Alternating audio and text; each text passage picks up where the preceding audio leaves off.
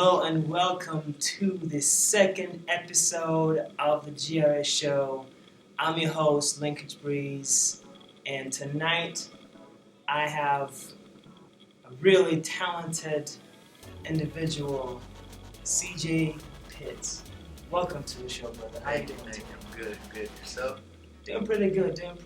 You know, it's Minnesota, Yes. but we're Cold. inside. Yeah. Much better than outside. Much better than outside. So, for those that don't really know a lot about CJ, he's a really promising upcoming artist, doing your thing right here in Minnesota. But from what I understand, you're not from here. No. Actually, I was born and raised in Bear, Delaware. Okay. East Coast repping, All right, East Coast. I came out to Minnesota.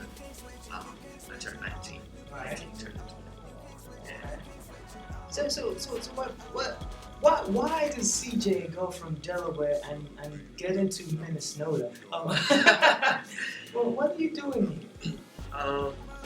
So there's actually like a long story behind my whereabouts of coming from the East Coast to the Midwest. Alright. But overall, I'm here for music, and the 5 years that I've spent here, I've just developed a super serious passion for music, and it just felt like a calling. And this is what I'm meant to do. So that's what brought CJ to Minnesota. Yeah, if you came here for music, then that's okay, because we actually do have a pretty rich history of music here. So you're in the right place. Are you in school? Where are you studying music? Okay, so I came out here and I attended McNally Smith College of Music. Did a 4-year program. I just recently graduated the bachelor's last spring. And so I'm all finished, all good to go. But yeah, 4 years of studying. Think you're done? You can never learn enough. You can never learn enough, that's for sure. Whether it's in the classroom or if I take online something, I'm always trying to expand knowledge, so it never stops. So how long have you been doing music? Like, it's calling. Actually, since I came here, I never did music. Never was even interested in music until I came to Minnesota. Wow. So I'm somewhat of a baby in this industry compared to people who've been doing it all their lives. But these past 4 years, I've been doing music, and this last year, I decided to do my original.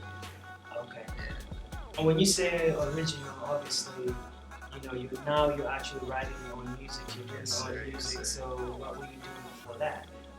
Before I started writing my own music, I was just doing a lot of cover bands and a lot of collaborations. Okay. So I would write, but I would just write like a hook here or a verse there, but never like an entire song for myself.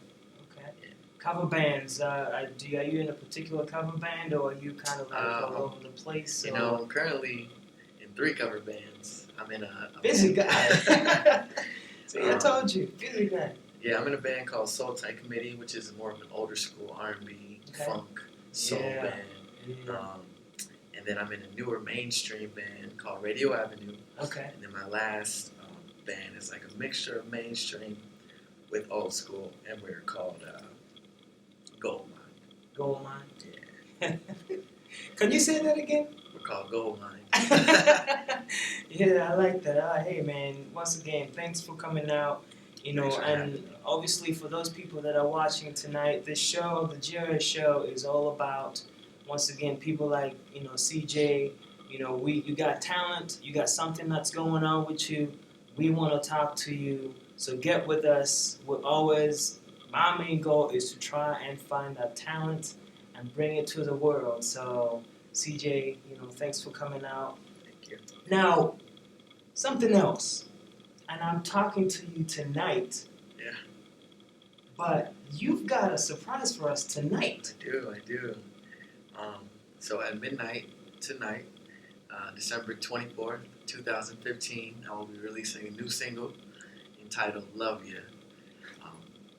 Did you hear that? Yeah. So Midnight, new music, and I'm very excited about this project because out of all the songs that I've released, this song is definitely by far the most personal, Okay. the most intimate. So I'm excited, I guess, to put my feelings out there. Okay. And I was kind of doing a little digging, Yeah. obviously, and what part of what you say, is everybody has a love story to tell. So are you telling your love story, or what's up with this song? What's in this particular song? Pretty much, yeah, a combination of two relationships over the past 4 years. At the same time? No. I'm not that smooth. I'm not that smooth. I thought you were like bad boy like that. No, So a combination of two relationships in the past 4 years, and a mix of a few other things. But one main relationship in particular, just things that happened, things that came about, things that I realized I was doing more of, and came out through song. Well, I can't wait. I can't wait to listen to that song. I mean, from obviously what I know about you and the music that you do, I can't wait. And I think our viewers are definitely going to love that. And we're going to have it up on our Facebook page. And for those that obviously get on CJ's page as well, listen to this brother, man, because he's good. He's good at what he does. So. Yeah, definitely. Another thing that I always ask artists, and myself as an artist, obviously, we usually have role models, people that we look up to, people that when we were growing up, we wanted to be like that guy. Who's that guy, or who are those people that sparked that interest in you to follow your dream? So mine is kind of interesting with me being fairly new. As far as music goes, I'll have to say my musical director at the church that I attend here in Minnesota, by the name of Steve Pittman. This gentleman is a phenomenal singer, phenomenal leader, and since I've been here, he's just like nurtured me and kind of trained me, and helped me like see the business for what it is, and how to present myself on and off stage. Just how to, be a leader. So he's one of my biggest influences and one of my biggest role models. When it comes to songwriting, I'll have to say another brother of mine, Aaron Berry, this young man all the way from Texas, is just an awesome lyricist. And just hanging around him and seeing how he would get his ideas out and just expressing with him how to share my thoughts and my feelings through song just really helped me out to get my original music out. So those two gentlemen. You know what they say in Texas, right? What's that? Everything's bigger. Everything's bigger in Texas. I believe that to be true, man. I believe that to be true 100%. Bigger in Texas, I tell you that. Man, no doubt about it. No doubt about that, man. Oh man.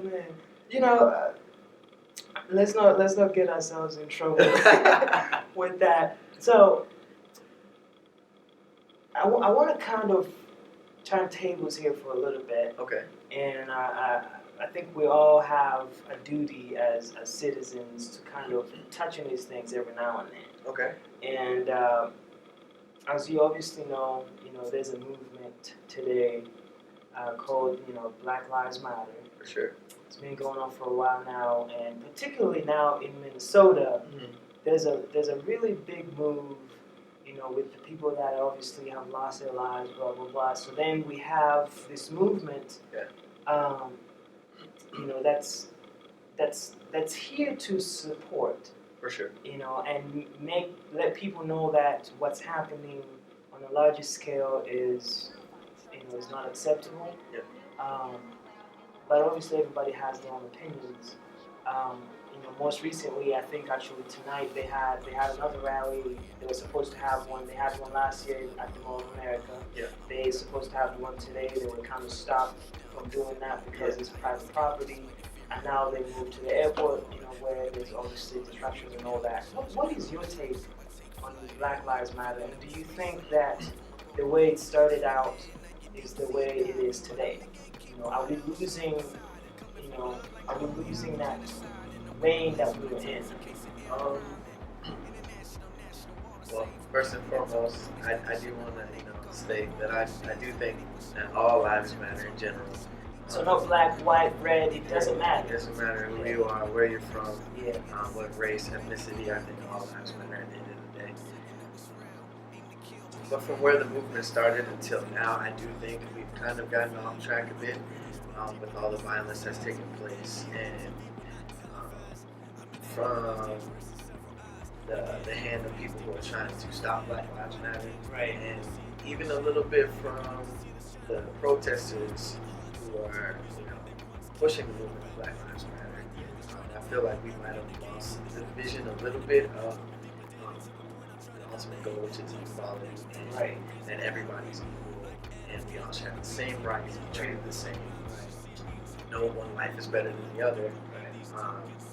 And I think now we have amplified the violence portion, or being extremely radical, which has caused people to maybe not support the movement as much As much as as much as they should. could.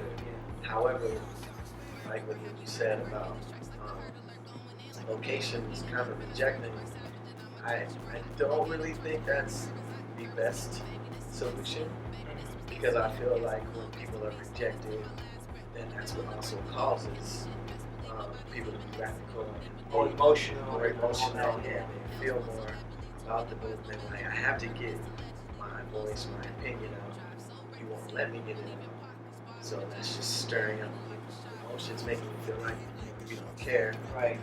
as much as you should. So I feel like it has gotten off track a bit, but I do think that wherever the movement is, Minnesota or if it's in California or Atlanta, everywhere, Right. I do feel like people should open their doors if they, if they care about all lives, mattering, and freedom of speech and being able to voice your opinion in a respectful way. If they open their doors and allow these, protests to happen, where people can express how they feel, and let people know that it's okay to express how you feel, then I think the results better. Better than they are today. Yes. Thanks, man. Thanks. And that's what I'm saying, man. Is that I think, not to really go more deeper into it or whatever, is we have, we've had different movements, and obviously Black Lives Matter now is there, and I think it's about time, my brothers and sisters out there, I think it's about time that I think it's very critical that we continue to have these rallies and have freedom of speech, and but at the same time, it's very important to understand that even places like, for example, the Mall of America, one, it's a private, it's private property, and last time they allowed them to come in, and obviously what happened after that. So there's both sides of being, you're talking about Black Lives Matter. Exactly. They wanna come to a place, but then you're also talking about the Mall of America and the businesses that are kind of being disrupted. Yes. So there's both sides to, you can argue both sides, but I do agree that we really need, I think if we're going to be effective, we need to get back on track with what Black Lives Matter or all lives matter is really about, and and not try to use that as a means to do other things. Exactly. Awesome, thanks, man. Thanks for talking about that. As a brother, definitely, we gotta talk about some of these things. For sure. Yeah. So, not to take up too much of your time, man. So obviously, the year is just ending. Yeah. New things, 2016. Yes. What do we have? Yeah. What does CJ have for us? I'm excited. 2016 is a big year for me. Okay. I'm going to be releasing my first original EP. Wow. In spring 2016, March to be exact.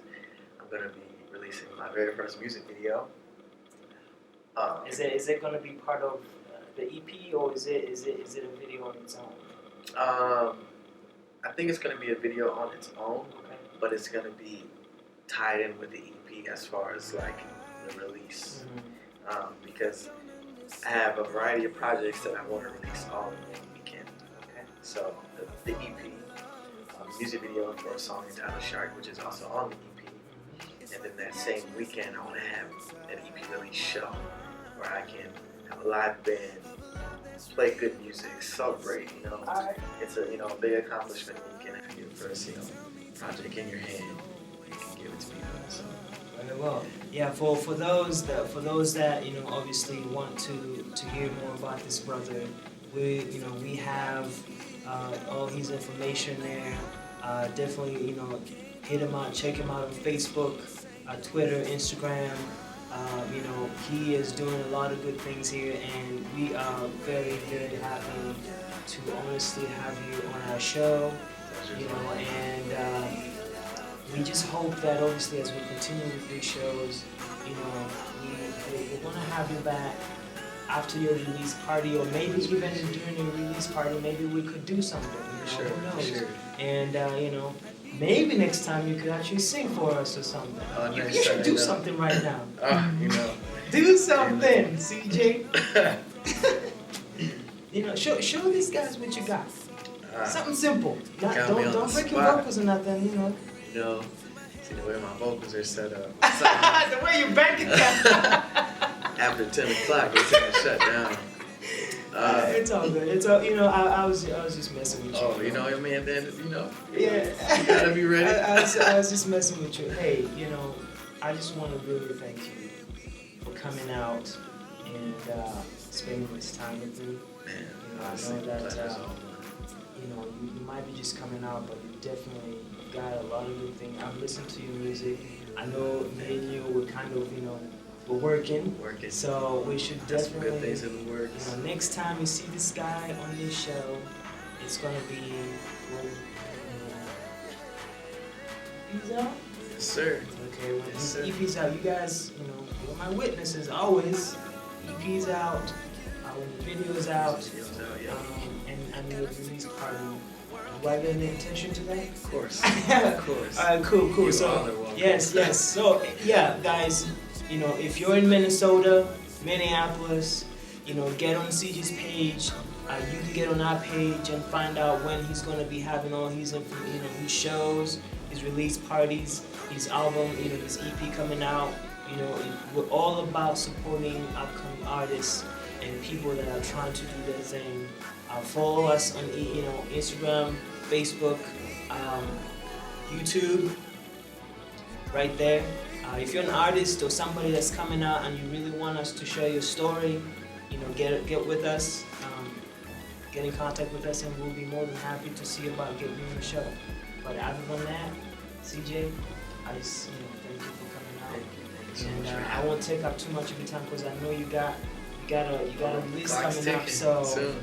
thank you very much, brother. Thank you for that. God bless you. God bless you. And you guys, until we see you next time, stay blessed and happy holidays. Happy holidays.